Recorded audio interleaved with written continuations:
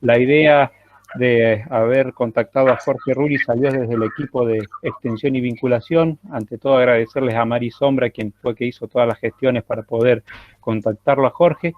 Así que bueno, como secretario de extensión y vinculación, agradecerle, Jorge, y bueno, nos parece una persona idónea para tratar justamente este tema. Así que, Ricardo, te dejo la palabra para que hagas la presentación de la trayectoria de Jorge y ahí que pueda comenzar su exposición.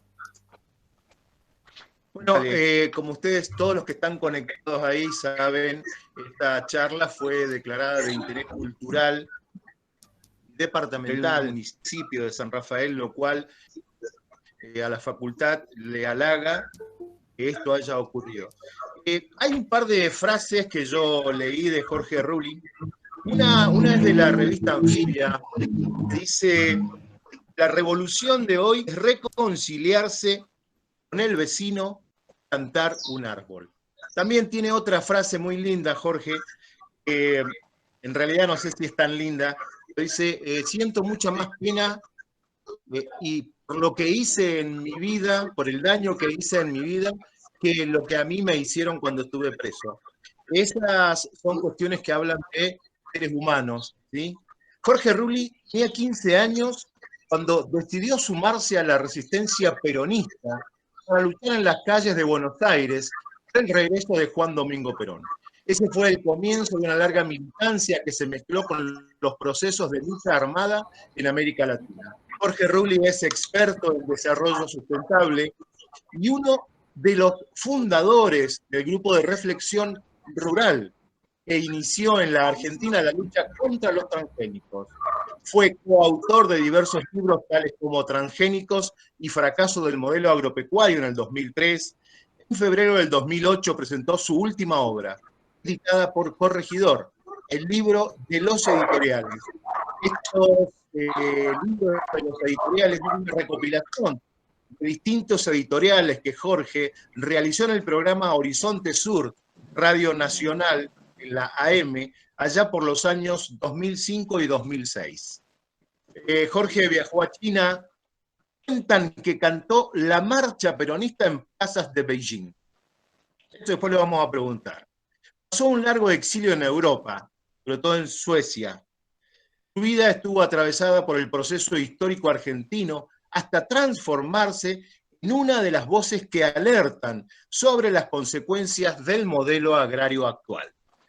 Para la Facultad de Ciencias Aplicadas a la Industria, para la Universidad Nacional de Cuyo, para todo San Rafael y todos aquellos que estén mirando, realmente, lo digo en primera persona, para mí es un honor estar charlando hoy con Jorge Eduardo Rulli, uno de los históricos que tiene este país, y yo quisiera dejarlos a todos ustedes la palabra de él y agradecerle nuevamente que se haya dispuesto a estar con nosotros. Jorge, es todo tuyo esto. Bueno, muchísimas gracias. Bueno, yo agradezco mucho entonces a las autoridades de la facultad y también a quienes nos han respaldado desde el poder departamental de la zona de Mendoza, de Cuyo, por esta oportunidad que nos dan, ¿no?, de encontrarnos y de poder hablar de un tema que quizás sea complejo, pero sobre todo es un tema difícil de abordar por el fuerte sesgo urbano-centrista de los argentinos, que tienen dificultades para comprender muchos de los temas rurales, de los temas del campo, y además se ha producido una polarización, y que yo creo muy nefasta a veces, entre el campo y la ciudad, que impide aún más comprender muchos de estos temas, que son fundamentales para la Argentina, ya que la Argentina tiene, su principal riqueza es el suelo fértil. Tengamos en cuenta esto. Justamente por esa complejidad yo les pediría que muchos apellidos y muchos hechos que voy a mencionar, al tener poco tiempo para desarrollarlos, los escriban ustedes y después consulten en internet es decir, vuelvan sobre esta charla para fortalecer, ¿no?, los apuntes o lo que puedan haber tomado. Hay dos libros que yo recomendaría. Uno lo tengo en la mano, de la Universidad de San Martín. Se llama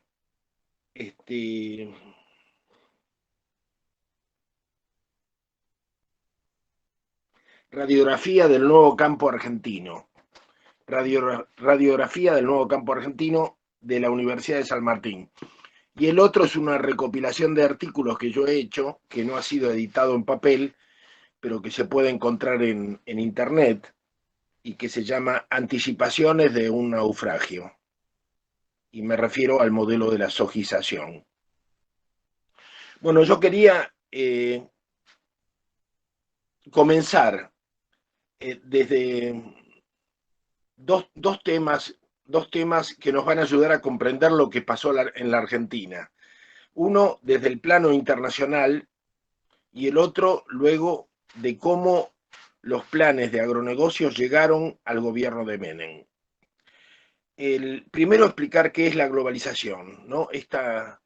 El mundo, la globalización fue como una acentuación muy rápida, muy fuerte, de todas las relaciones económicas, culturales, de los intercambios comerciales y de la aplicación masiva de tecnologías que se dio en un momento dado, en los años 70 fundamentalmente, y cambió el mundo por la velocidad de los intercambios y porque los hombres fueron añadiendo tecnologías nuevas como los containers y los barcos de containers, que nosotros ahora estamos acostumbrados a verlos, pero que no existían antes.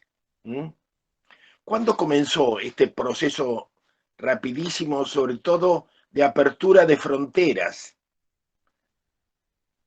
Comenzó con un viaje secreto del secretario de Estado de los Estados Unidos, Henry Kissinger, que en un viaje a Pakistán se permitió volar a China y acordar con Mao Zedong, o por lo menos con el primer ministro de Mao Zedong, se permitió acordar una alianza estratégica, un acuerdo que permitiera que los presidentes de ambos países se encontraran y planificaran algún tipo de acuerdo en el plano económico y político. Realmente asombra el paso el osado, ¿no?, de aquella diplomacia de Kissinger.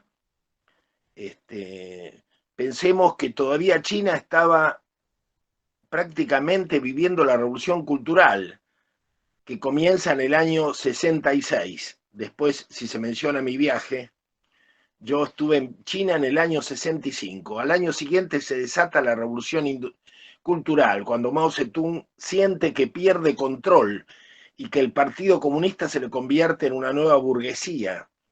Lanza la juventud a desbaratar el régimen burocrático y reiniciar un proceso de pensamiento revolucionario.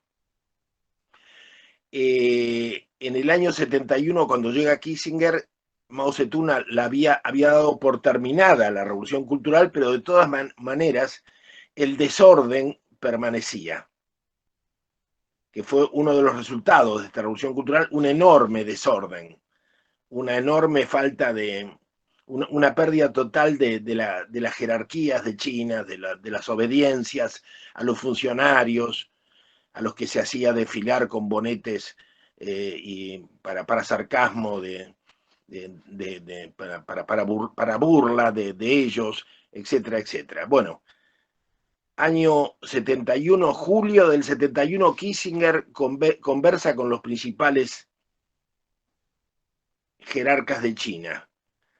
En febrero del 72, o sea, pocos meses después, ya viaja Nixon, el presidente norteamericano, viaja a China, ya para verse directamente con Mao Zedong.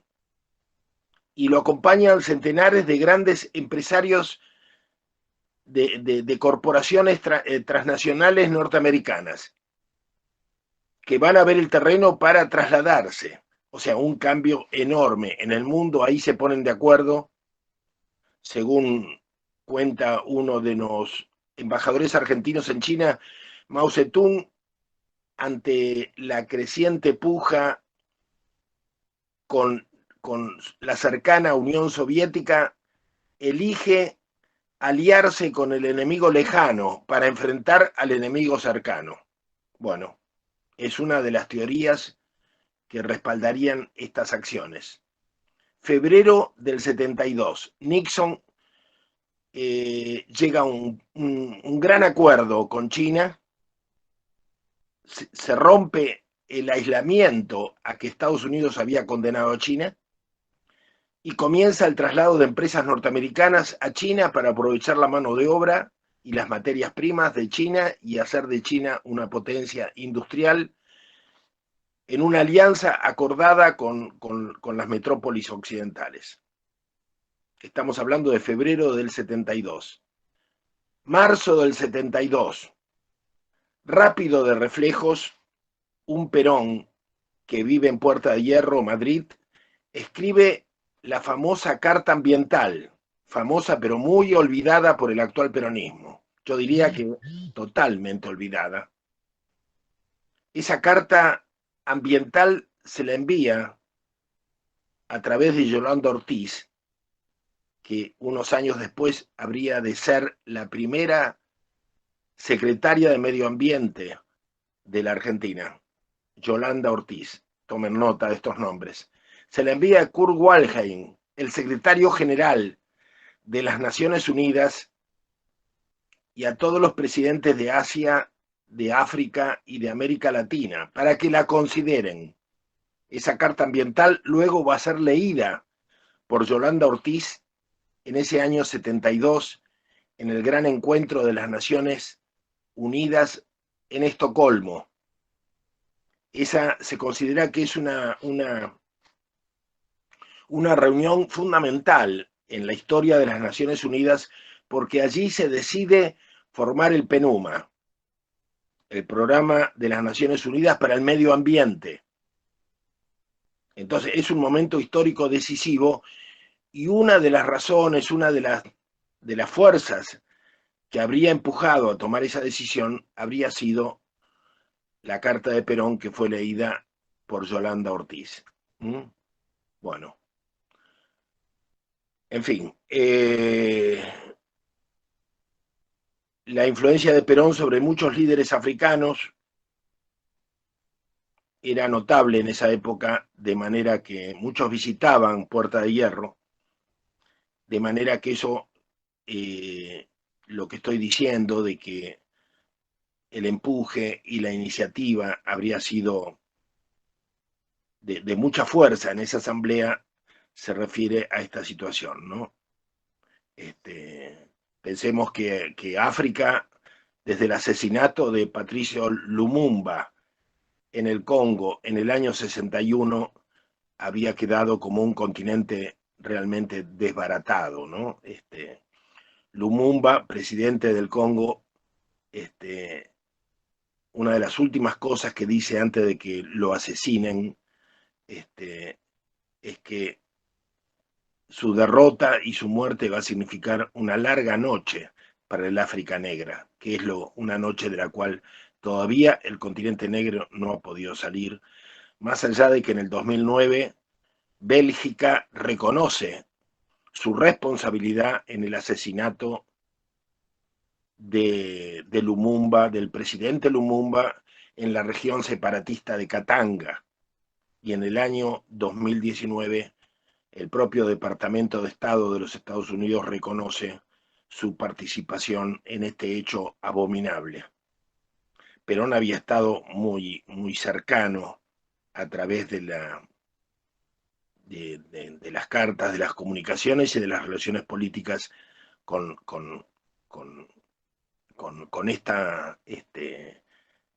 este legendario líder africano, Lumumba, ¿no? Que, repito, es importante que los jóvenes recojan hoy su memoria. Bueno, esta sería la parte internacional. Perón va a trabajar durante muchos años en enfrentar a esta globalización que nos proponen Kissinger, Nixon y de alguna manera Mao Zedong. Va a luchar en el sentido de buscarle un rostro más humano. Perón consideraba que era inevitable llegar a este grado de internacionalismo económico, de procesos de comercio tan intensos. Era inevitable, pero se podría haber evitado el rostro terrible que tuvo la globalización para el planeta. En esos quehaceres él fue muy activo, sobre todo con Ravelli Bamon, que era la cabeza de la Fiat italiana, que lo acompañaba, que era su amigo, y lamentablemente interrumpió estas tareas muy importantes para tener que hacerse cargo de la presidencia en la República Argentina. Hecho que yo lamento porque, por lo que me he informado, la labor internacional que desarrollaba desde Madrid era mucho más importante que lo que podía hacer aquí. Y lo que pudo hacer aquí adelantó su muerte, ¿no? Prematuramente, debido a los disgustos y a las enormes dificultades que encontró de parte de ciertos sectores, ¿no? Pero la voluntad de Perón de llevar este mensaje global, este mensaje de una globalización diferente al mundo, creo que se puede comprobar a través de que uno de sus primeros actos va a ser comprar el famoso avión de Perón, que es un Boeing, que hace poco terminaron de desarmarlo o de venderlo y que prácticamente creo que nunca llegó a usarse. Un Boeing del tamaño de los aviones presidenciales de los principales países del mundo, que fue una de sus primeras acciones. O sea, pensaba llevar este mensaje de otra globalización al mundo, con la autoridad que le había dado el respaldo de la Asamblea a la lectura de la Carta Ambiental, hoy tan olvidada. Bueno, este es un tema. El otro es, en la Argentina, después, terminada la dictadura militar, derrotados todos nosotros en la Guerra de Malvinas, asume Alfonsín en el 83. Alfonsín se encuentra con un primer problema. Es decir, los países europeos que compraron nuestra carne, nuestro trigo, nuestro maíz, ya no necesitan hacer las mismas importaciones, porque países como Irlanda tienen tanta o más ganado que la Argentina, y quizá más refinado. Entonces se encuentra con una situación por la cual nuestros compradores tradicionales, más que la carne, el trigo o el pan, lo que le piden son los forrajes para mantener sus propios ganados. En ese momento están viviendo una crisis debido al fenómeno de la Niña, que ha alejado los cardúmenes de anchoitas de las costas europeas, con la cual estaban proveyendo proteína animal a los forrajes de los ganados europeos. Entonces se le propone a la Argentina reemplazar esa anchoita que se ha hecho muy cara y muy lejana para conseguirla, reemplazar esa proteína con proteína vegetal. Qué mejor que la soja. Qué mejor que no había muchos elementos. La soja, el sorgo, el maíz. Pero bueno, se le pide a la Argentina la soja, y que en ese momento era muy poco, realmente era muy poca la soja que había en la Argentina. Estamos hablando de 1 millón de hectáreas quizá, y los agrotóxicos que se usaban para contenerla eran mínimos. O sea, simplemente el principal peligro o competencia de la soja en aquel momento era este yuyo, el sorgo de Alepo, que es bastante alto, entonces crecía sobre el cultivar de soja. Se veía al sorgo de Alepo por encima. Lo que hacía la gente de campo era embeber una soga en glifosato o en cosas parecidas al glifosato, o sea, matayuyos, se la tendía entre 2 tractores y se la pasaba por arriba del sojal, tocando los yuyos que se elevaban. Y como estos tóxicos son sistémicos, bastaba tocarlos para que entonces la planta muriera. O sea que era mínimo, se usaba a lo mejor medio litro o 1 litro por hectárea. Prácticamente nada al lado de los 12, 15 o 20 litros que se están usando hoy habitualmente, ¿no? Además de otras cosas. Estoy hablando de matayuyo, pero además se usan muchas otras cosas. Bueno, el tema es que entonces comienza la soja lentamente, pero una soja convencional, o sea, no transgénica, con Alfonsín. Pero como forraje, como pienso para los animales de Europa. Después va a ser también para los animales de China. Hay una crisis, allá por el año, una crisis financiera muy fuerte, después de muchos conflictos con el movimiento obrero en el año 89-90, 88-89, y en el año 89 hay un desemboque electoral, luego de una crisis en la cual el gobierno de Alfonsín termina prematuramente y debe entregar el gobierno a Menem. Ahí viene la otra rama del conocimiento que yo quería darles. Menem, esto corresponde a conversaciones privadas mías con gente del entorno más íntimo del presidente. Estoy hablando de gente como Tata Joffre, que era el responsable de periodista notable y autor de innumerables libros y responsable en ese momento de la inteligencia, o sea, de los servicios de informaciones. Ante la gente más íntima de su entorno, Menem dice que no estaba preparado para la presidencia. Se supone, añado, se supone que en la interna electoral peronista hubo fraude, también son manifestaciones que, y que el candidato que habría ganado habría sido Cafiero, pero que el fraude que se hizo en las elecciones del Partido Justicialista permitió que Menem luego fuera el candidato y asumiera la presidencia. El hecho es que Menem reconoce no tener un plan propio de un presidente del que se esperan, acerca del cual hay tantas expectativas, y entonces algunos de sus hombres le dicen que hay una empresa muy importante que se llama Bunge y Bor, que tiene un plan de gobierno. Bueno, voy a hacer una aclaración. Bunge y Bor es una antigua empresa exportadora argentina de origen inglés. Incluso yo trabajé allí como cadete alguna vez en la casa, como se dice. La casa es la casa matriz, que está sobre Leandro Alem. Es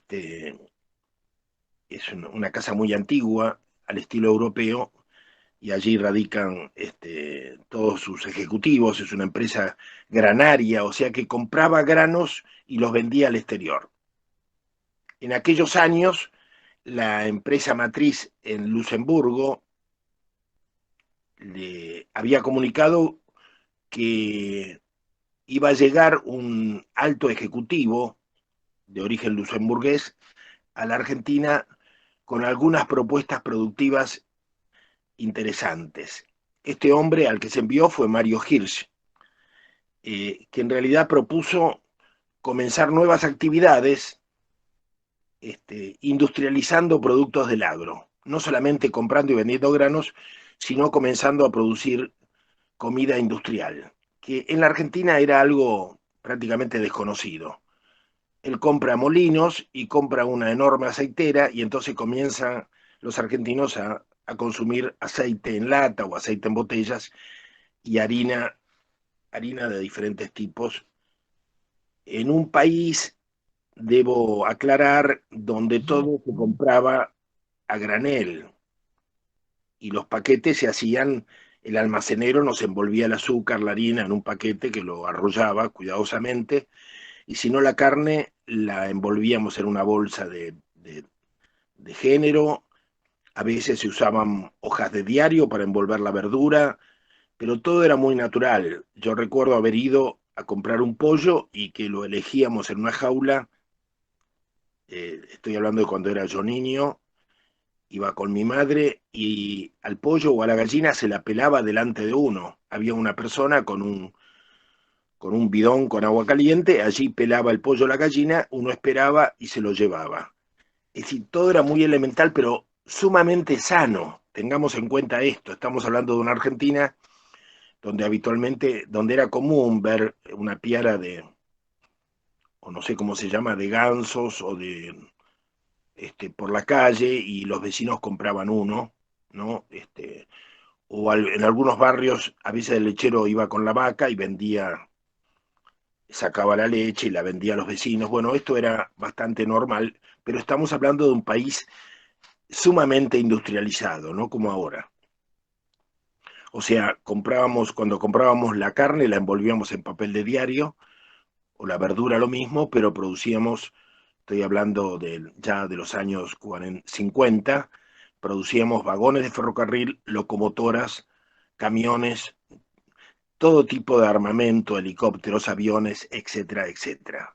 Estamos hablando de un país que había postergado la industrialización de sus alimentos porque había priorizado la industria pesada que detrás de la cual iba el esfuerzo argentino, sobre todo a partir de los altos hornos del norte argentino y varias empresas como las de aluminio, Aluar en la Patagonia y otras empresas en las cuales se fabricaban vías de ferrocarril y todo tipo de maquinaria pesada que comenzaba a producir. O sea, era una Argentina que despegaba industrialmente, pero había postergado la elaboración industrial de sus alimentos. Bueno, esto es lo que cuando se le hace la reunión al presidente Menem con Mario Hirsch, la cabeza de Bungibor, esto es lo que Mario Hirsch le propone a Menem, la agroindustria. A Menem le parece excelente la idea, y le dice a Mario Hirsch que no solamente quiere el plan que Bungibor le propone, sino que también quiere a sus ejecutivos y les da dos ministerios, sobre todo el Ministerio de Economía, desde el cual la empresa va a rediseñar muchas de las políticas argentinas. O sea, este es el periodo de Menem, es un periodo de un peronismo neoliberal muy diferente al actual, que es un peronismo progresista, ¿no?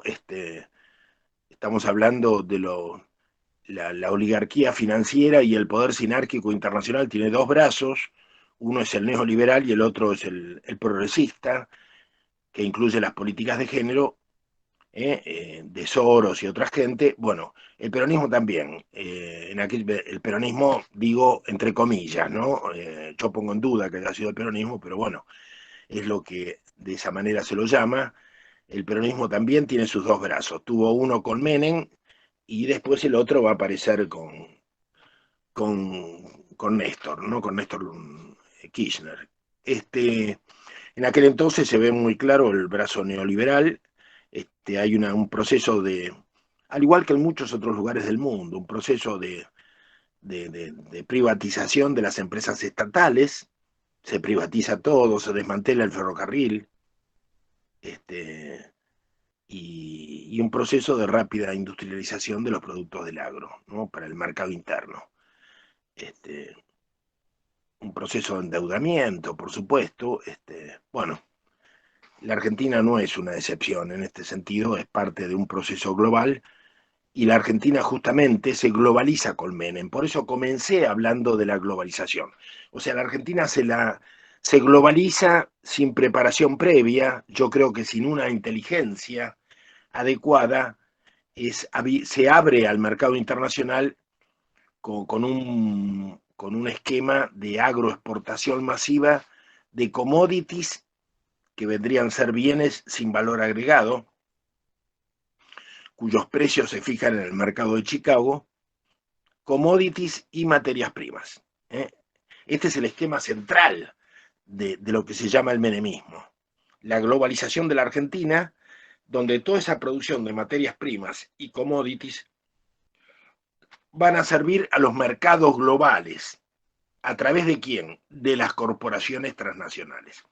Entonces ahí no solamente entra Bungibor, entra Cargill, entra Dreyfus, entra Monsanto, porque ahí comienza un proceso de dependencia a las grandes empresas transnacionales que son las que sirven el mercado internacional. Esto no había ocurrido nunca. La Argentina hacía relaciones directas, trueques o relaciones comerciales con determinados países. Ahora se va a dar otra cosa.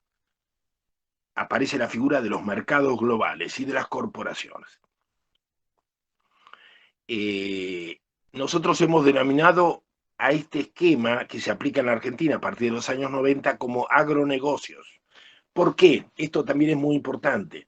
Hay una expresión inglesa que habla de agrobusiness, o sea, negocios, hacer negocios con la agricultura. Esto también era desconocido en la Argentina.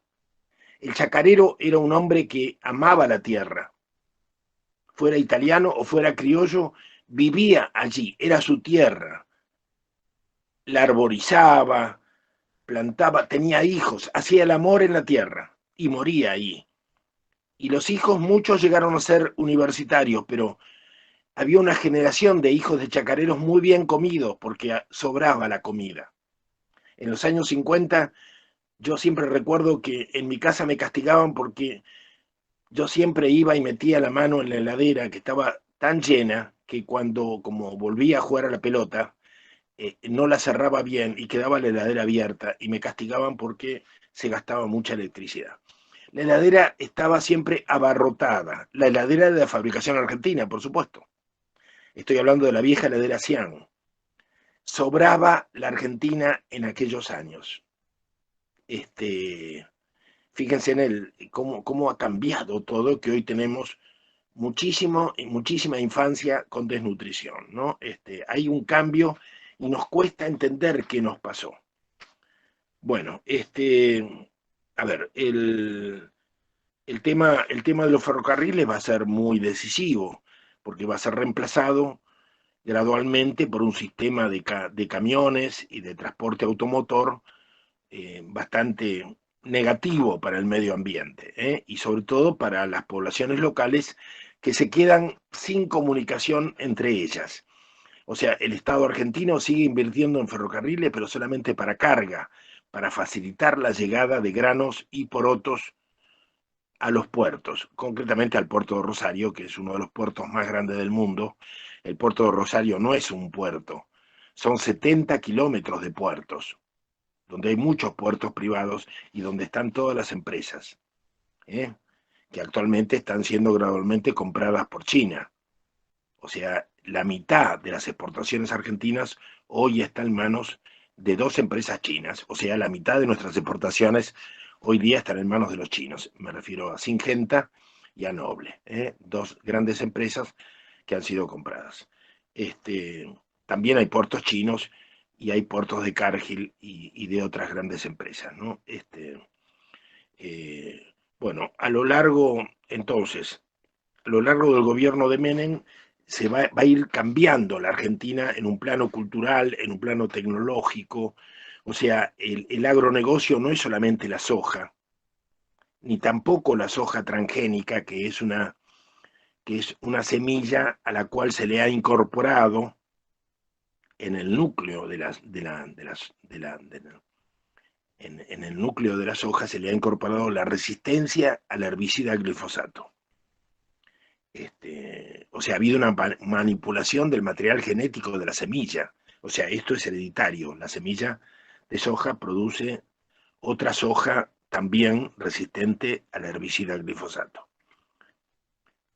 Por supuesto, ¿quién tenía la patente del glifosato? Monsanto. Por supuesto, el interés de Monsanto era, el mayor negocio era que se usara glifosato, no solamente que se le comprara la semilla, sino que se le comprara el glifosato para el cual la empresa tenía la semilla adecuada. Bueno, pero hay además un culto en la Argentina a la biotecnología, o sea, a estos procesos de manipulación. En aquellos años, hasta en colegios secundarios, técnicos, se llegan a implementar muchas de estas prácticas de manipulación de los genomas de una manera absolutamente irresponsable, con ánimo de difundir, de crear una base popular, una base de respaldo y de legitimación a la transgenia. Mientras Europa entera se levanta a través de la opinión pública porque no quiere transgénicos, por el peligro que implican para las próximas generaciones, la Argentina, como quien compra vidrios de colores, es engatusada con estas nuevas tecnologías, ¿no? En aquellos años 90 yo registro innumerables discusiones y ruptura de relaciones con gente, sobre todo progresista de izquierda, que además creían que la incorporación de tecnologías a la semilla era algo importante, ¿no? La secretaria de Educación una vez llegó a hablar en la Biblioteca Nacional estoy refiriéndome a Adriana Puigros, a la que yo conozco desde niña, y hablaba de semillas con tecnología incorporada, ¿no? Como si a las semillas se le pudiera agregar algo, una tecnología superior a las que tienen, ¿no? Un desmedro, evidentemente, de la biología, pero bueno, fue tan insoportable para mí que yo me paré, yo estaba entre el público, me paré y le dije, Adriana, le grité, decí transgénicos, o tenés vergüenza de decir transgénicos, ¿no? Pues quedó muda, no sabía qué decir, ¿no? Pero realmente esto era el clima cultural de aquellos años. Un culto a las tecnologías, no importa cuál fuera su efecto, sino por las tecnologías mismas. Y hay algunos cambios que yo quiero remarcar. El esquema pasó de la calidad a la cantidad. La Argentina siempre se había basado en la calidad. Nos enorgullecía tener la mejor carne del mundo, porque eran animales que pastaban. O sea, los herbívoros, ahora nos sorprendemos de que los herbívoros puedan comer pasto, porque no sé si se dan cuenta, contra natura, a los herbívoros les damos maíz y soja. No están preparados para eso. El herbívoro o sea, los vacunos pastaban, caminaban, entonces era una carne muy sana y la carne argentina era altamente cotizada. Pero además el maíz también era muy bueno, el trigo era muy bueno, la cebada, las arvejas. O sea, nosotros separamos la arveja para seres humanos, las arvejas para las gallinas. Se clasificaba las arvejas. Todo esto se dejó de hacer allá por el año 95. O sea, las gallinas y nosotros comemos las mismas arvejas. El trigo se clasificaba en 3 categorías, porque había trigo pan, trigo para fideos, trigo, bueno, 3 tipos de trigo. Bueno, eso también en general se dejó de hacer.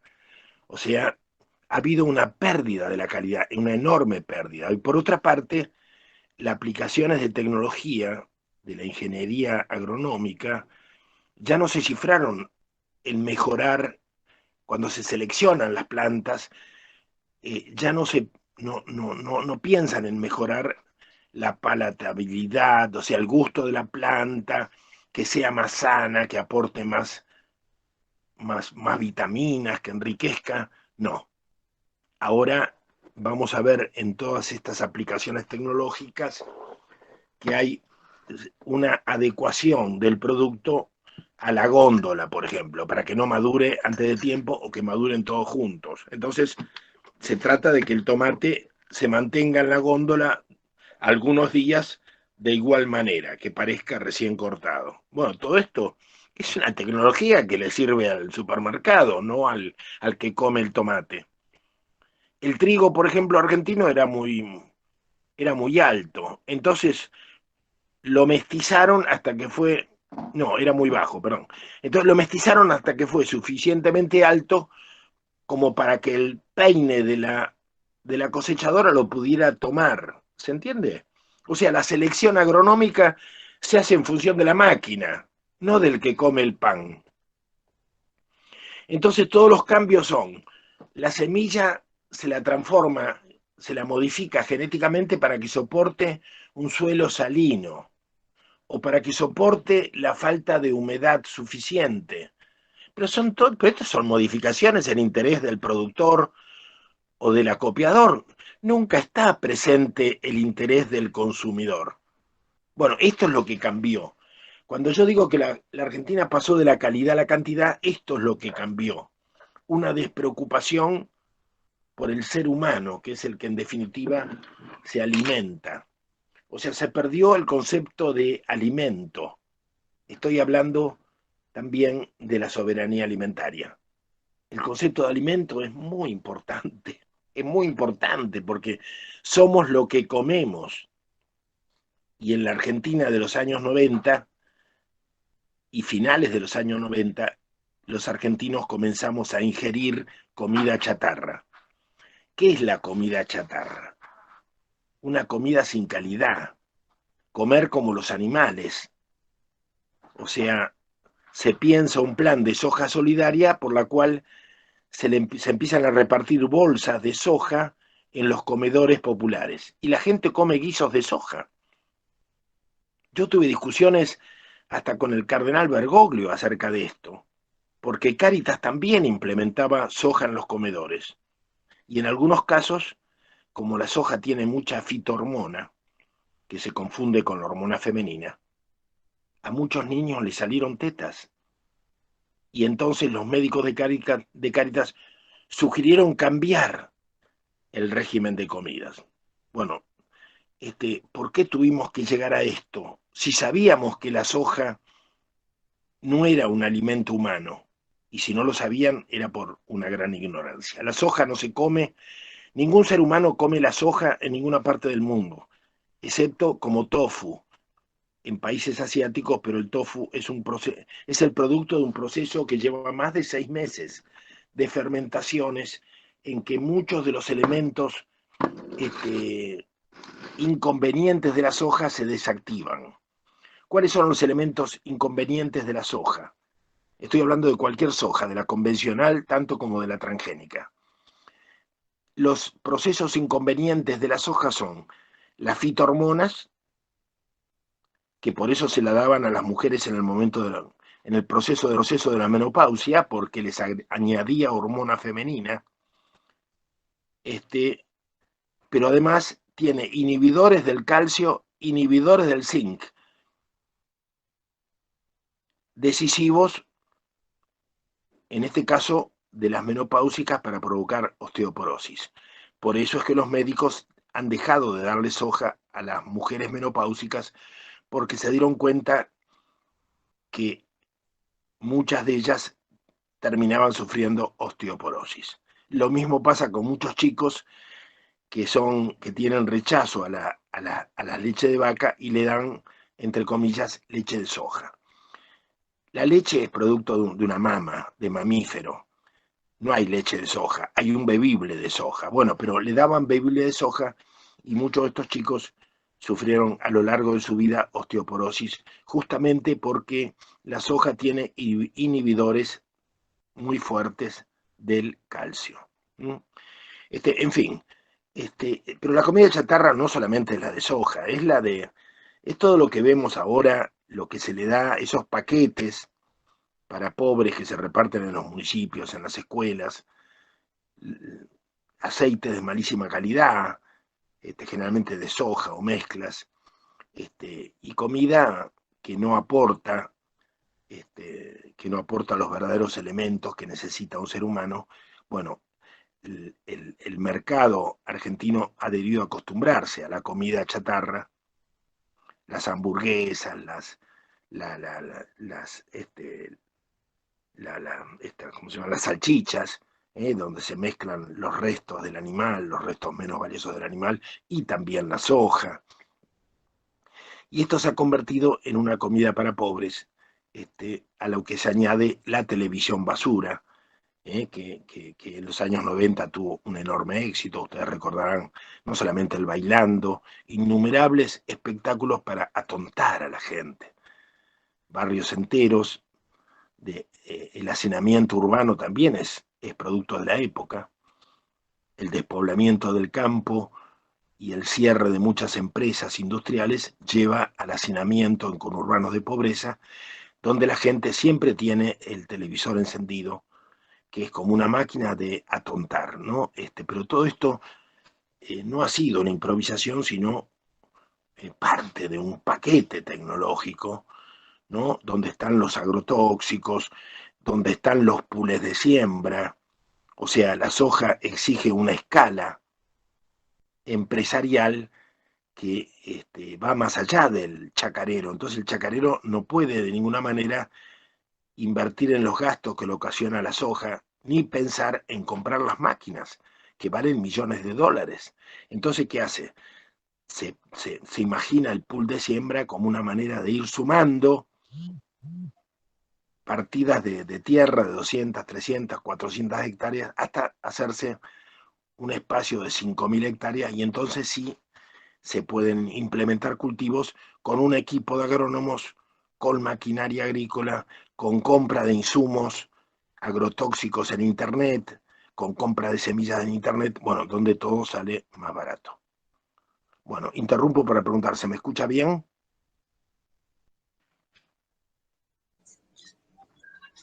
Por supuesto, Jorge, se te escucha muy bien se te escucha. Bueno, Perfecto. esto sería el agronegocio. Yo dije, hablé del agrobusiness. Esta idea de hacer de un negocio, yo una vez escuché tuve que ir a una conferencia en Rosario, donde está la Facultad de Agronomía, y la profesora de Sociología Rural me dijo, y le dijo a todos los presentes, que hay un cambio cultural en el hombre de campo. Más allá de que se dé cuenta, que sea consciente o no, hay un cambio, dice, ella dijo, el antiguo hombre de campo amaba la tierra, tenía arraigo, plantaba árboles, tenía hijos en el campo. Ahora el hombre de campo muchas veces ve su campo como con la misma mirada del hombre de una mesa de dinero. En aquella época había mesas de dinero en Buenos Aires. Ese ojo que calcula todo en dólares o en plata argentina, ¿comprenden? Bueno, hay un cambio cultural. Digamos, la agricultura entrañaba un proceso de amor y de compromiso personal. El agronegocio no. Entonces hay una diferencia. No todas las producciones son iguales. Lo que uno produce con amor y con las manos y para alguien determinado, que implica un compromiso, quiero producir lo mejor, dista mucho de la producción industrial, donde nadie se hace responsable del objeto final. Ahora resulta difícil comprender que hubo una generación de argentinos, como mi padre, a la que los negocios, mi padre tenía una pequeña fábrica, pero los negocios le iban cada vez peor. Entonces convocó a un contador, amigo suyo, parte de un grupo que salían a jugar al billar una vez a la semana. Bueno, vino, revisó todos los libros y le dijo, señor Rulli, yo le aconsejo que deje de trabajar. ¿Cómo que deje de...? Y le dijo, usted cuanto más trabaja, más pobre es. Usted no sabe poner precios. Usted no se valora. Bueno, mi padre se enojó muchísimo y aunque era su amigo, le dijo que se fuera. Lo echó. Porque se sentía agraviado, porque él no concebía otra manera de producir sino al menor costo posible y de la mayor calidad. Pero era propio de la época, porque estaba en la cabeza de los argentinos en aquel entonces en que éramos realmente una potencia, pero esa potencia se forjó con gente que no tenía, nunca reclamaba por sus derechos, y sí recordaban que tenían deberes. Por eso muchas veces hemos sido tan críticos al derecho humanismo, porque ahora uno ve a veces personas indigentes que dicen, bueno, sí, yo no tengo empleo, pero a mis hijos los tiene que alimentar el Estado. A nadie se le habría ocurrido en aquel entonces, los vecinos se habrían juntado para alimentar a los niños, porque todos tenían deberes. En la escuela, la cooperativa de padres reunía a todos los padres y los problemas del barrio los resolvían los vecinos. No tenían necesidad de llamar a la policía, porque la gente sentía los deberes propios de un ciudadano, y eso lo hemos perdido también junto con la soberanía alimentaria. O sea, ya no tenemos las semillas propias. Ustedes dirán, sí, tenemos las semillas del ProHuerta del INTA. Yo les digo una corta. Las semillas que reparte el programa ProHuerta del INTA no tienen diseñadores y por eso es que muchas no salen o salen mal. Porque lo que se perdió es el diseño. A la planta hay que seleccionarla antes de sacarle la semilla. Y para eso se requiere un poquito de amor, no solamente conocimiento. El conocimiento está, el amor se perdió. Y la entraña es la facultad, las facultades de agronomía, donde los profesores enseñan a hacer negocio, no exaltan el amor por el medio ambiente o por el que va a consumir lo que el ingeniero agrónomo produce. ¿Comprenden? Las estadísticas dicen que el 85% del estudiante que llega a una facultad de agronomía tiene preocupaciones ambientales. Y a la vez dicen que eso se reduce entre los que se reciben al 10 o 15%. O sea, 5 años de universidad lo dejaron al chico sin amor por el hogar común, por el planeta Tierra, por la madre común o por la casa común, como dice el Papa. Esto es lo que hacen nuestras universidades y cosa que tendríamos que cambiar, tener muy en cuenta para cambiarlo en la medida que podamos. O sea, tenemos que exaltar valores, los valores de sacrificarse por la sociedad, por los vecinos, por el otro. En aquella Argentina de los años 50 se exaltaba a la persona que se arrojaba al mar para salvar a alguien o que devolvía dinero. Se la recordaba mucho tiempo y había un reconocimiento social importante que hacía que otros imitaran estos valores. Todo esto se conduce si los que inspiran el gobierno tienen sentimientos sanos. El problema es que uno a veces duda de quienes nos conducen, porque parece todo destinado a exaltar lo peor del ser humano, ¿no? Así, cuando a un jubilado que gana apenas lo necesario para no morir de hambre, se le permite, dentro de su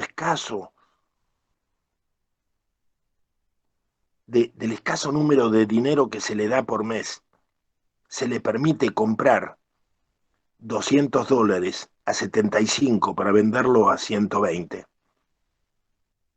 es porque se lo está llevando a la especulación. En vez de darle un aumento a la jubilación, se le está permitiendo convertirse en un pequeño especulador. Esto es espantoso. Ahora, espantoso desde un punto de vista moral. Y yo me pregunto, ¿ante quién podría debatir que el problema moral es importante en una Argentina que parece haber olvidado la cuestión moral, donde la ética ya no importa? Entonces podemos convertir a cada pobre jubilado en un miserable especulador de $200 por mes. Es muy triste. Y lo peor es que no hay oposición ante estas cuestiones, porque se nota que ni siquiera se dan cuenta o no les importa. Y de hecho, nosotros vemos que desde los años 90 hasta el presente hemos tenido diferentes gobiernos, muy diferentes. No solamente el Frepaso con De la Rúa o Mauricio Macri o Néstor Kirchner, Cristina. ¿Cuántos gobiernos han pasado? El Chacho Álvarez. Sin embargo, los agronegocios permanecen como si el país hubiera tomado un camino irreversible. A tal punto que cuando pierde las elecciones Cristina, Mauricio Macri le ofrece al secretario de Ciencia y Tecnología, Lino Barañao, hombre públicamente, connotadamente vinculado y dependiente a las grandes corporaciones como Monsanto. Mauricio Macri le ofrece quedar como ministro. Para cubrir las apariencias, Lino Barañao le pregunta a Cristina si no tiene problemas. Cristina le dice, no tengo ningún problema, porque lo que vos conducís es un ministerio de políticas de Estado, y las políticas de Estado permanecen más allá de los cambios políticos. Entonces él le contesta a Mauricio Macri, le agradezco el ofrecimiento y lo acepto. Y fue ministro de Mauricio Macri. Entonces, ¿a qué hemos llegado? A que la Argentina, el gobierno de la Argentina se constituye la gobernabilidad de la Argentina se constituye por diferentes políticas de Estado que son aceptadas por el que gana y que no son revisadas. Y todas tienen que ver con la pérdida de la soberanía alimentaria y con la pérdida y el deterioro de la alimentación de los argentinos. Yo recuerdo que en época de Menem, cada máquina cosechadora de algodón dejó 500 brazos sin empleo. Por supuesto, uno dice puede ser importante que la tecnología libere al cosechador de algodón de trabajar al sol cosechando el algodón. Claro, pero lo importante hubiera sido que esos 500 brazos pudieran haberse ocupado de otras cosas, que no ocurrió. O sea, cada vez que la tecnología dejó gente sin trabajo, ese trabajador recibió un subsidio, a lo sumo recibió un subsidio o tuvo que trasladarse a un conurbano de pobreza. Y eso no está bien.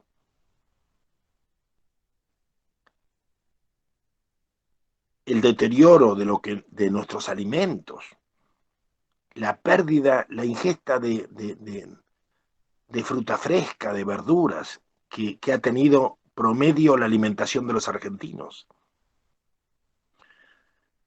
Yo he estado en zonas de Villa Miseria. Me acuerdo General Belgrano, cerca de Ciudad Evita, una zona muy pobre. Fuimos a una escuela a proponer hacer huertas o tratar de ayudarlos a que la cocinera separara los residuos para empezar a hacer composta. Difícil objetivo, muy difícil en la Argentina. Hemos trabajado muchos años en esto de que la gente se persuada de que una vida mejor comienza separando los residuos domiciliarios y luego haciendo la huerta con esa composta. Bueno, yo recuerdo la cantidad de manzanas tiradas en el patio. Hablamos con las maestras. ¿Cómo puede ser que chicos que tienen graves problemas, deficiencias de alimentación tiran la manzana? Y las maestras me dijeron, porque se traen el alfajor Jorgito en el bolsillo del guardapolvo.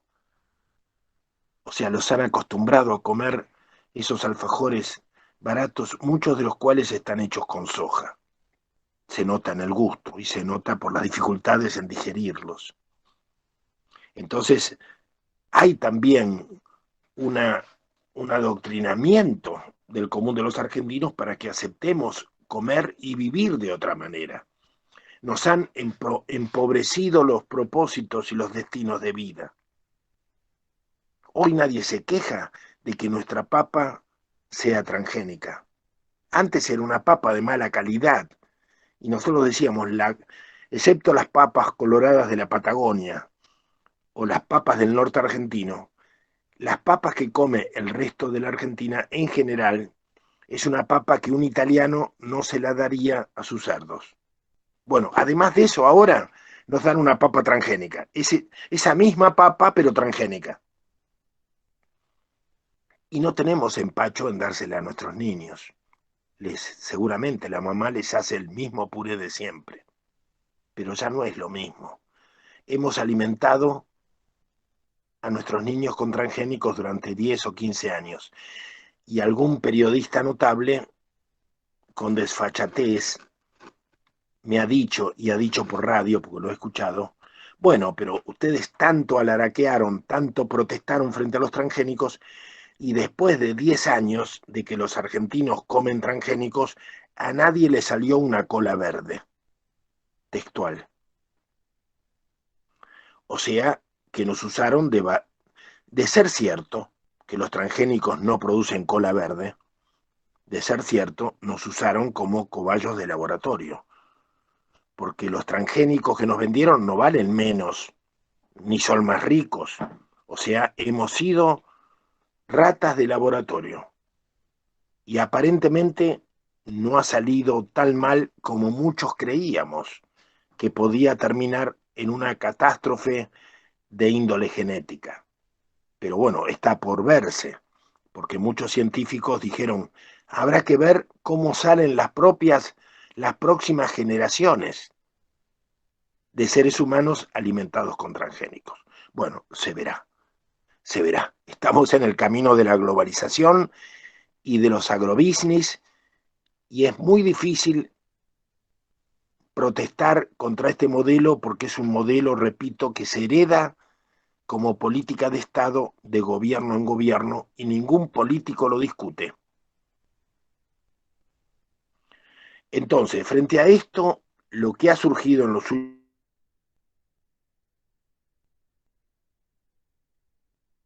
y tener una vida más sana, que es una forma de autodefensa. Entonces, es importante tener la huerta propia en la casa, una huertecilla, o tener unas gallinas. Es un huevo casero, y el huevo casero no es igual que el otro que ha sido comprado y que no sabemos, no es el mismo huevo de una gallina que produce encerrada toda su vida en una jaula, o a piso, como se dice, ¿no?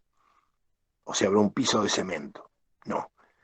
El huevo casero es un huevo criado donde le damos el resto de la comida, donde la alimentamos bien, donde no contrariamos las épocas del emplume o de lo que fuere. A la gallina la dejamos salir para que verdee. Bueno, todo esto es importante. La gallina siente el cariño y el huevo transmite cariño.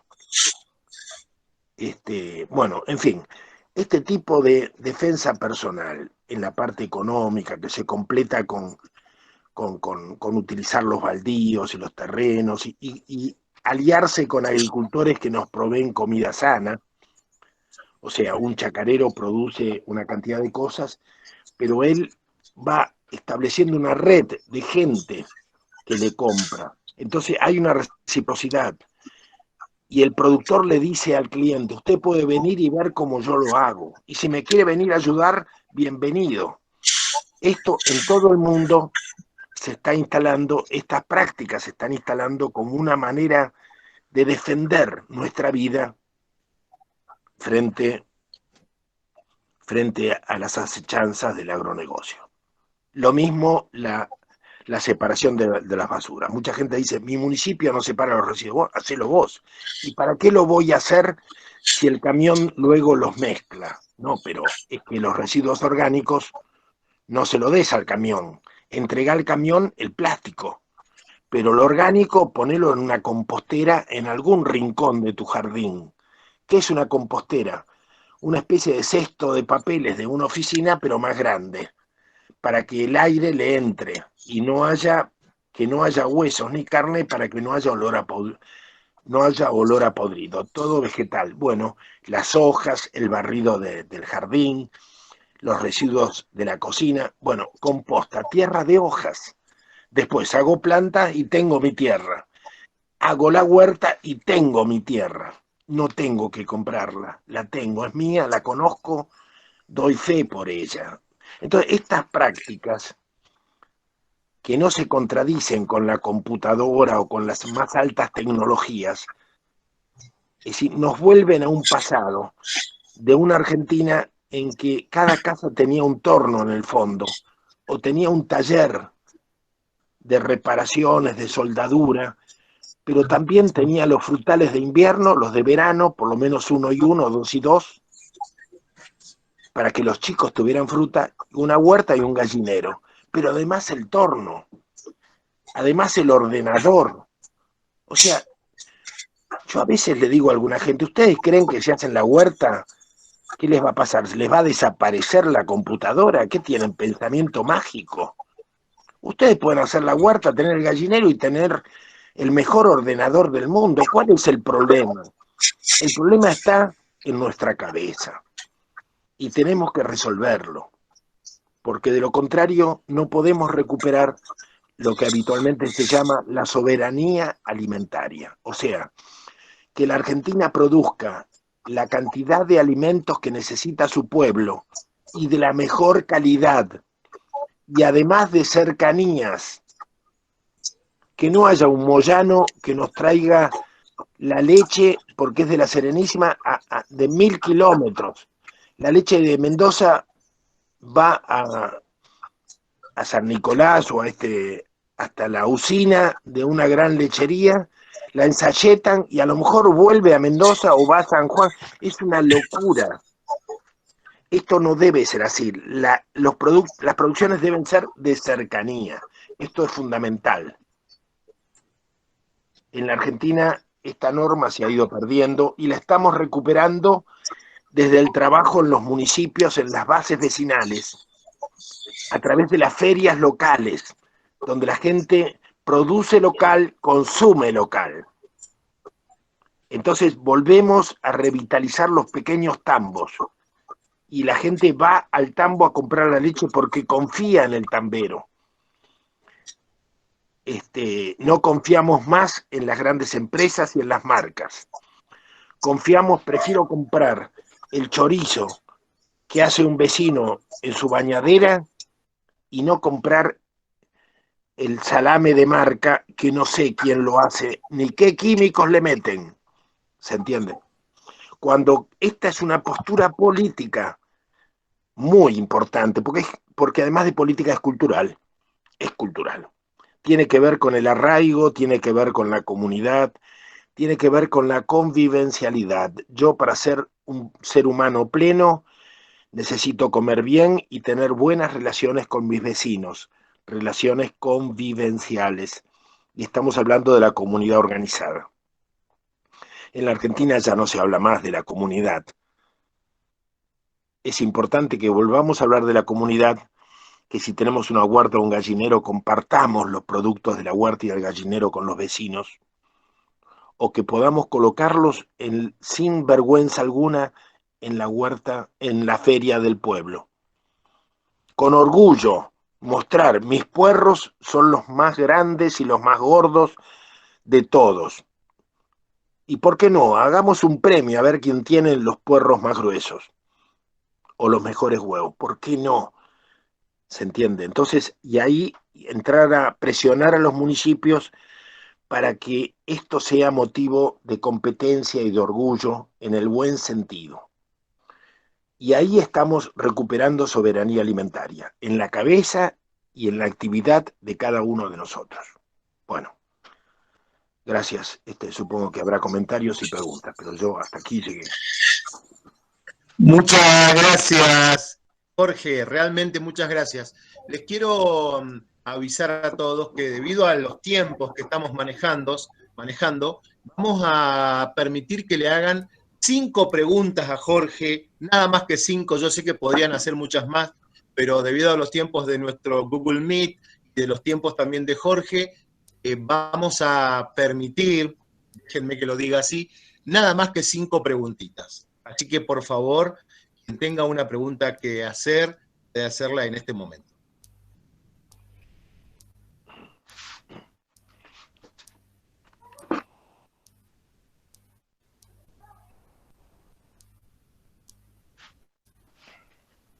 Bueno, parece ser que cuando alguien explica tan bien y explica las cosas de esta manera, no hay preguntas para hacerle. De todos modos, voy a ir leyendo las cosas que me van escribiendo acá. Muy buena disertación, que realmente es maravilloso. Y sí, puede preguntar, abra su micrófono, Adriana, y pregunte. Hola Jorge, un gusto haberlo escuchado. Quería saber si usted ve con alguna luz de esperanza respecto a un cambio en este modelo de desarrollo que se lleva a cabo en nuestro país y en general a nivel mundial. Si hay alguna expectativa, algún cambio en las políticas de Estado que incluyan una alimentación saludable, un sistema de desarrollo que sea más sustentable, porque como hemos visto con todo lo que usted nos relataba, en realidad la sustentabilidad de este sistema no es buena, al contrario, es pésima, tanto para el desarrollo a escala humana nunca se ha tenido en cuenta. ¿Hay algún atisbo de esperanza?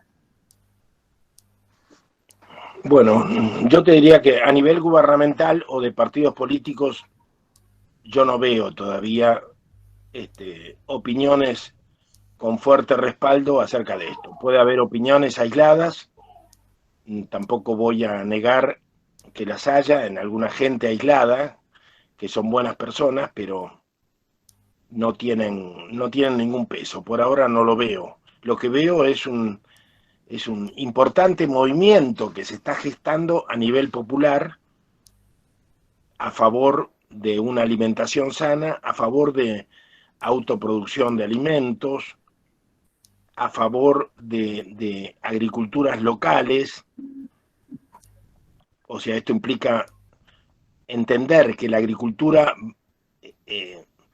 se distancia de los agronegocios. No tiene nada que ver, la agricultura es otra cosa, ¿no? Y bueno, hay muchos respaldos a la encíclica del Papa, ¿no? Hay audiciones de radio que promueven una nueva conciencia, me parece importante. Por supuesto hay mucha simulación también. La Argentina es un país del simulacro, ¿no? Donde hay que revisar muchas cosas que se dicen, porque el ministerio sigue siendo el Ministerio de los Agronegocios, pero ahora va incorporando una dirección o sectores de la agroecología, que no se sabe bien qué es, y sectores de una agricultura familiar, campesino, indígena, que menos se sabe lo que es porque parece más un trabalenguas. Entonces, claro, la Argentina enseguida inventa cosas, mucho bla bla, pero en el fondo es más de lo mismo, ¿no? Yo creo que durante los últimos años los sectores de izquierda instalaron una doctrina en el sentido de que el modelo de la sojización compulsiva no puede modificarse. A mí me lo dijo personalmente, me lo dijo Grabois. Me dijo, Rulli, este modelo no se puede modificar. Pero y entonces, podemos pelear zonas periféricas. La misma doctrina la expuso en el Salón Felipe Vallese de la CGT Pérsico. O sea, podemos, ¿cómo se dice? Como mordisquear, creo que usó el verbo mordisquear, los bordes del sistema de la soja. Entonces, ese sería el plan para esta presunta agricultura campesino-indígena.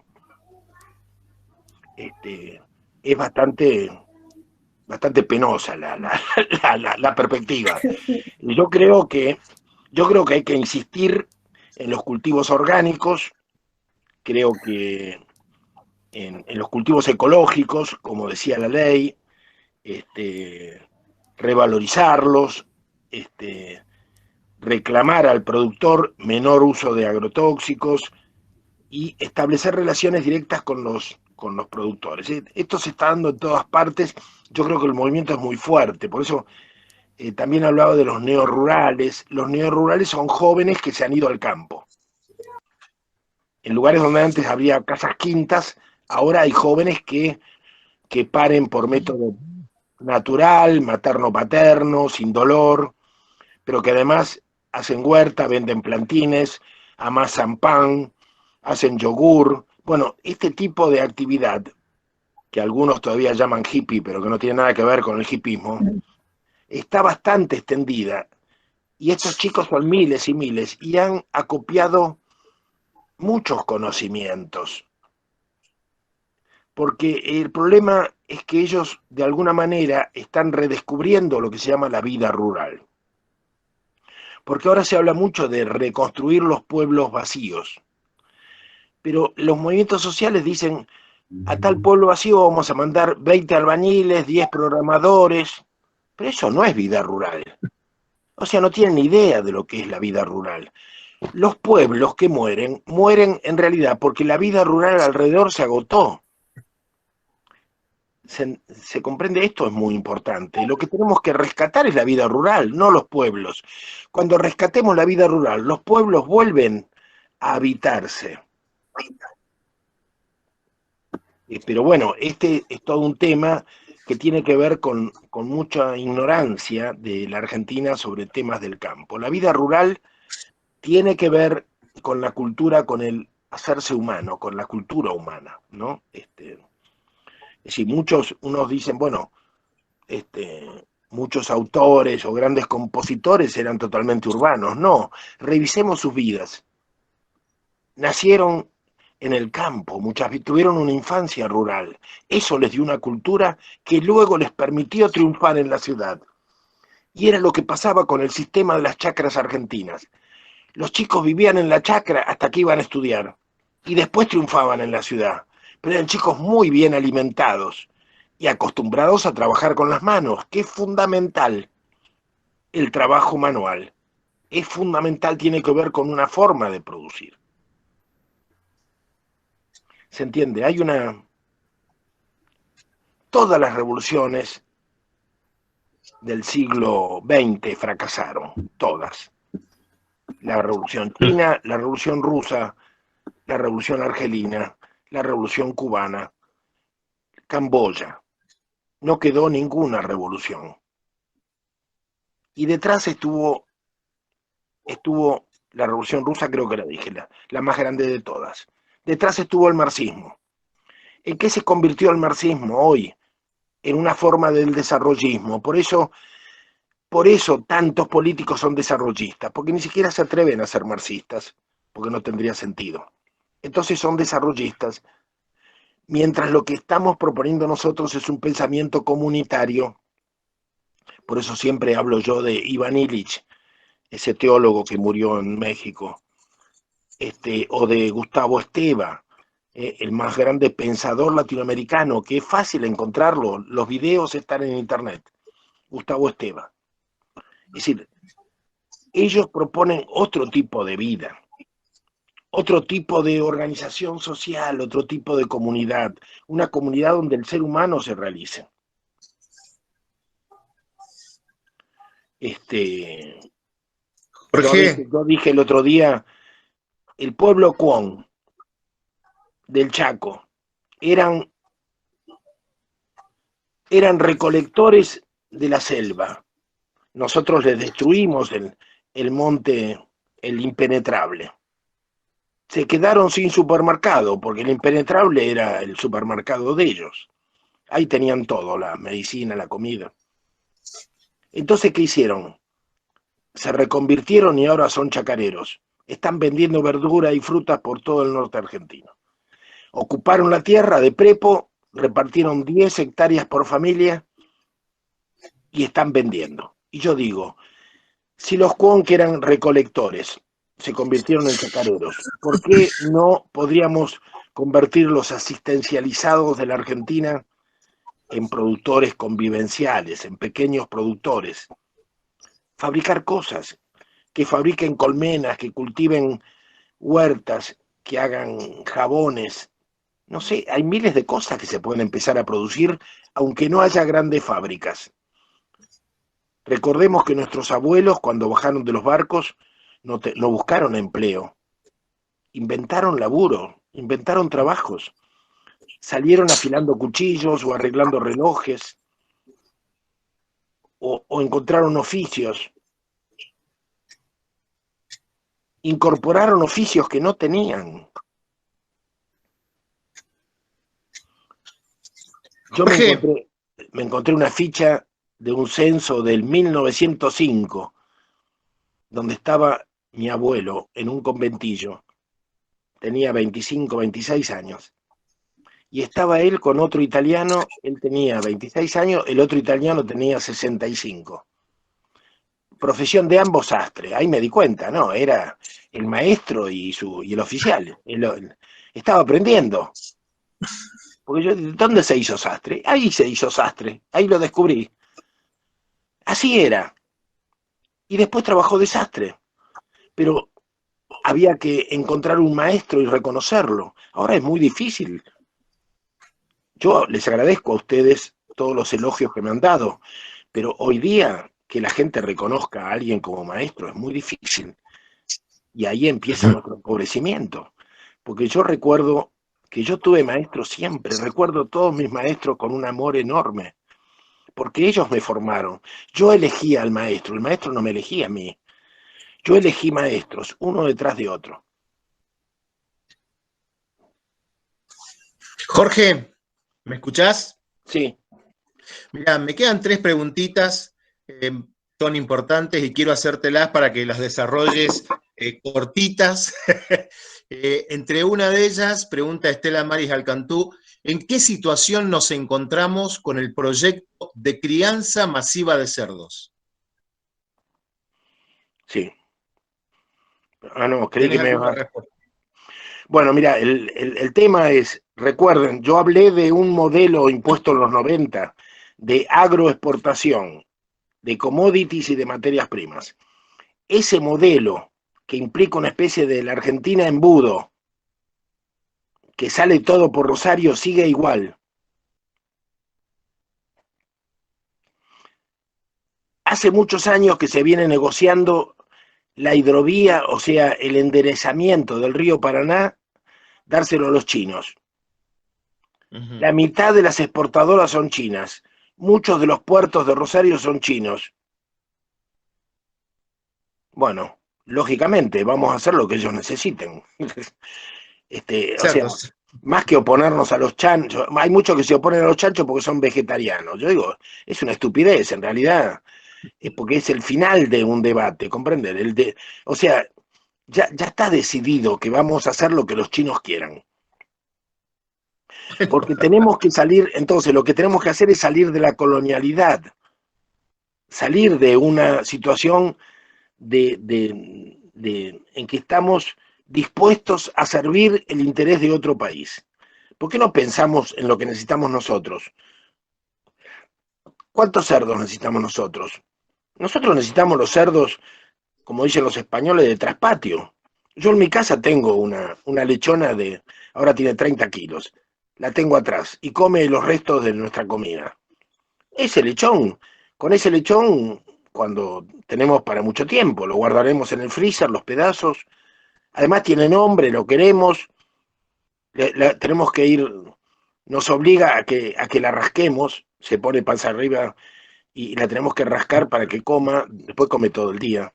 Pero ahí se da otra relación, ¿se comprende? Lo que están pensando ahora de mega criaderos es una monstruosidad, sobre todo en época de pandemias. Yo creo que si traemos los cerdos chinos, que además la genética es de ellos, no es la genética de nuestros cerdos, estamos condenados a vivir de pandemia en pandemia. Bueno, por ahora yo veo que el canciller está bastante amoscado, las últimas se ve que siente la oposición de la opinión pública porque el último video que vi estaba bastante enojado, bastante molesto porque nota que la gente se le opone y debe haber tenido más de algún incidente callejero, seguro. Pero el tema me parece que más que los cerdos es la dependencia a China. Bien. Otra pregunta más de Marce Pérez. ¿Qué opinión le merece que al INTA y al proyecto Pro Huerta cada vez le destinen menos y apoyo?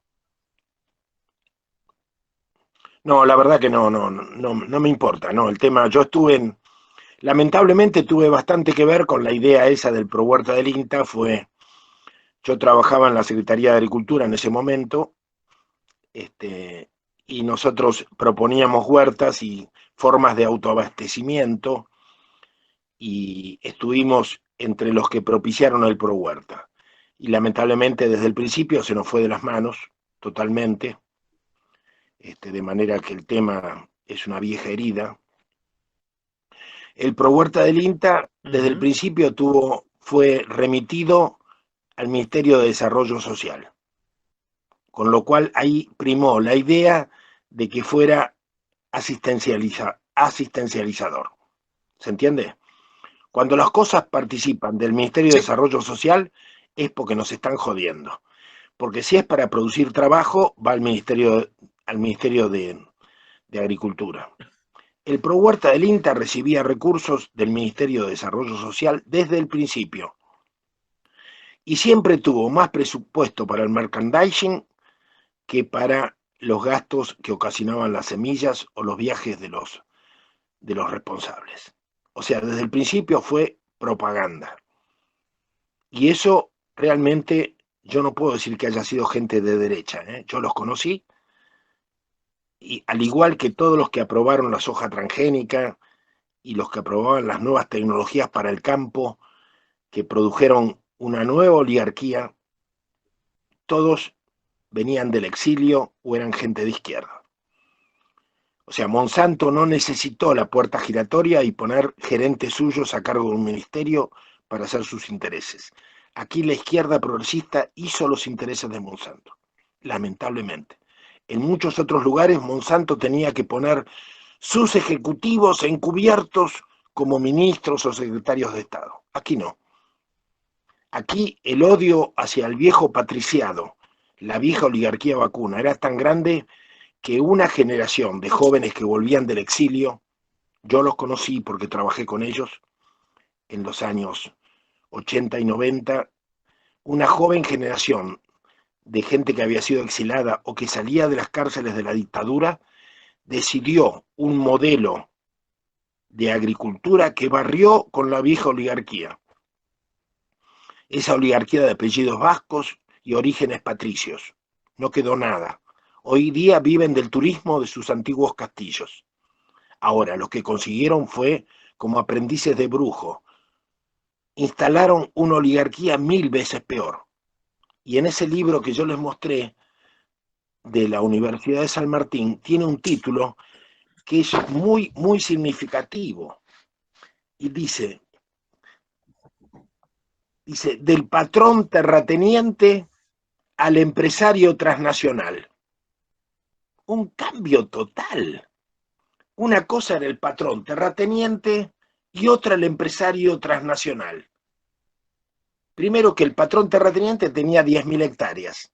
El empresario transnacional, ligado a Cargill, a Monsanto, como puede ser Hugo Sigman o Eduardo Elstein, tienen millones de hectáreas. La empresa que conduce Elstein tiene 1 millón de hectáreas. La gran estancia de los Pereira y Iraola, que Perón le confiscó para hacer el parque cercano a la ciudad de La Plata, tiene 11.000 hectáreas. Y al expropiarle 11.000 hectáreas le quebró el espinazo a una de las familias más importantes de la vieja oligarquía argentina. Fíjense lo que ha cambiado. Ahí donde se ahogó Santiago Maldonado, del otro lado de la ruta, ¿se acuerdan ustedes? La gendarmería baja en la ruta y persigue a los indios hacia el río, 200, 300 metros, que es donde se ahoga Santiago Maldonado. Bueno, del otro lado de la ruta, Hugo Sigman y su esposa Lucía Gold tienen 1,5 millones de hectáreas que nadie se las toca. Porque siempre estas ocupaciones van sobre parques nacionales o reservas conducidas por parques nacionales. 1,5 millones. Y recordemos de dónde viene Lucía Gold, es la hija del viejo Gold, que era testaferro de las inversiones rusas en Argentina. O sea, son fortunas, muchas de las fortunas argentinas más importantes son muy parecidas a la nomenclatura soviética. Casi todos ellos. El propio Eduardo Elstein, más allá de que ahora pueda ser rabino o casi rabino, era de la Federación Juvenil Comunista en el Colegio Nacional, cuando cursaba en el Colegio Nacional. O sea, Grobo Copatel siempre reconoce que era de izquierda cuando fue profesor en la facultad, 9 años, profesor de suelos. Todos vienen de la izquierda. Es muy rara la situación de la Argentina. Es muy compleja. Hay que ser muy cuidadoso cuando uno la enfrenta para entender lo que nos ha pasado. El actual predominio de los sectores medios altos, la hegemonía cultural que tienen, donde el pueblo ya ni habla, no es que no tenga voz, no existe más, come en los comedores. el pueblo desapareció, esto cambió, y entonces, si me preguntan cómo va a cambiar esto, y no lo sé, porque realmente por ahora no se ve que tengamos forma de cambiar un gobierno que está en manos de un grupo muy pudiente.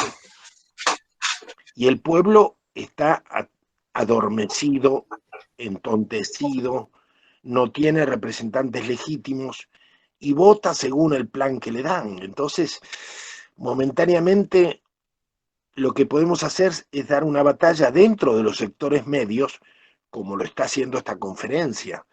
O sea, necesitamos lucidez en los sectores medios y que sean capaces de disputar el gobierno y las políticas desde una perspectiva nacional, de cultura nacional, de conciencia nacional, de soberanía alimentaria, en defensa del pueblo, pero no reemplazando al pueblo. Al pueblo se lo puede defender, pero hay que dejar que el pueblo se dé sus propios líderes, y por ahora no se lo ve. Entonces tendremos que disputar estas cuestiones de la hegemonía cultural dentro del movimiento de los sectores medios. Falta una pregunta, creo.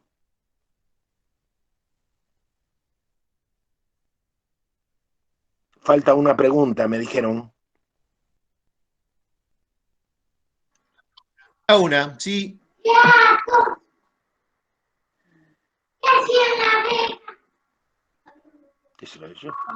Ricardo, ¿tenés buena conectividad, Ricardo? Acá estoy. Sí, acá estoy. Lo que pasa es que la compu esta no está. Si querés. Bueno, ahí va la última pregunta.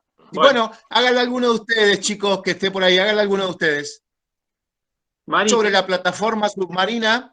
¿Tenés acceso, Mari, al chat? Sí. ¿Se la hago yo? Dale, por favor, Ricardo. Submarina.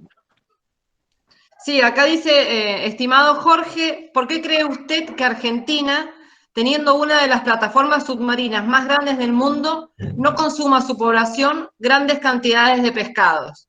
Y antes de que conteste la pregunta, yo le voy a leer algo en el chat, que no es una pregunta, pero es algo lindo. El señor José Siri dice, la verdad que ha sido una excelente disertación y muy real lo que expresó con respecto a la soja. La pérdida de los tambos y la buena alimentación. De hecho, vengo de una familia cambera que se fundió en los 90 y no nos dejaban ni siquiera donar la leche para las escuelas, por lo que tirábamos alrededor de 200 litros diarios porque tampoco podíamos elaborar. Es una pena nuestra realidad actual, donde podríamos estar mucho mejor. Ahora sí, si quiere, conteste lo de la plataforma submarina.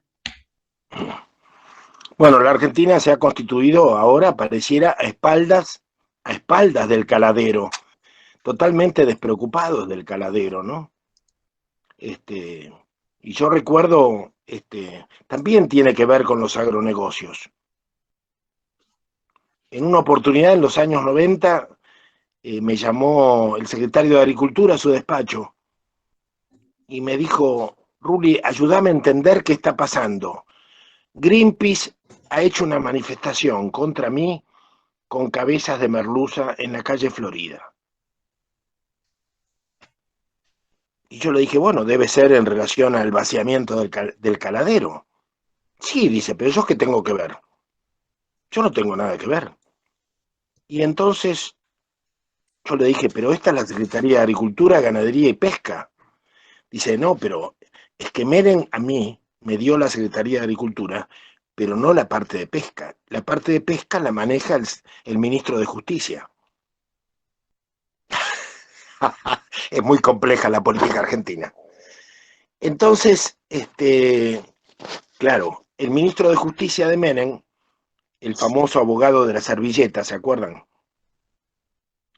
Había hecho negocios con una serie de empresas que vaciaron el caladero.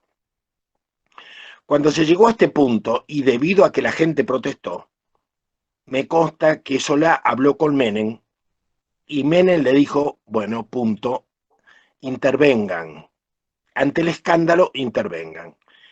Y se colocó a un interventor que trató de poner orden en el tema. Pero hay una depredación que tiene que ver con la corrupción, ¿se entiende? A ver, pero de todas maneras el tema nunca se resolvió. Hoy yo creo que el gobierno es consciente que se le ha regalado el caladero a la República Popular China. O sea, se denuncia que más de 8.000 barcos están pescando allí, que es una especie, este señor Llerenas, que es un gran patriota, vale la pena leerlo porque es el referente del caladero que denuncia constantemente las violaciones. Y leí hace poco que dice que es como una especie de ciudad flotante. Se ven las luces, parece una ciudad, y están pescando en nuestras aguas. Yo creo que esto tiene mucho que ver también con la guerra de Malvinas, con la derrota que Menem asumió. Fíjense que estamos siempre en lo mismo. Menem firma con Cavallo la paz, la rendición de la Argentina ante el Reino Unido por Malvinas, cuando podríamos haber continuado en esa política en que estábamos. A la vez pone el ministro de Justicia a cargo de las políticas del caladero. Es decir, siempre estamos en... Es decir, hay un cambio de la Argentina con Menem que no se ha revisado. Es más, Menem sigue siendo senador y se va a casar con Zulema. Esto es decir, nos están tomando el pelo. El Senado es un aguantadero. Y las políticas que torcieron el rumbo de la Argentina en los años 90 nunca han sido revisadas. Entonces, no solamente no tenemos consumo de pescado, no tenemos flota propia. Los astilleros ya no producen barcos. Teníamos astilleros y teníamos flota propia. No tenemos barcos de la Marina que puedan preservar nuestras aguas. Las lanchas se las compran a Israel. Estamos todos locos.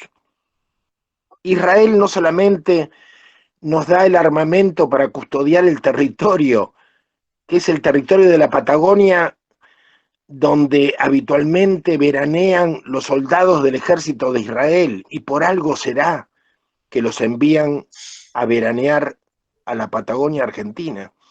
Y nos envían, y no solamente eso, sino que nos venden los sistemas digitales y de control de computadoras que usa nuestra Cancillería.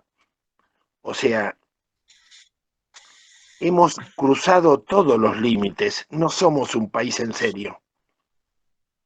Estamos en pie porque la gente sigue trabajando y sigue creyendo en la Argentina, pero nuestra clase política es una casta parasitaria que no entiende nada. Ojalá nos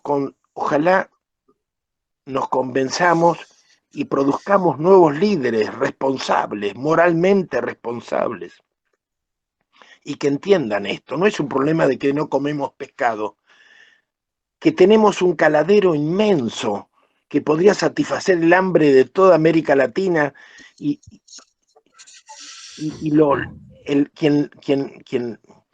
quien trabaja allí es China y Corea y otros países, y nuestros barcos no están presentes. Y tampoco podemos echarlos porque no tenemos una flota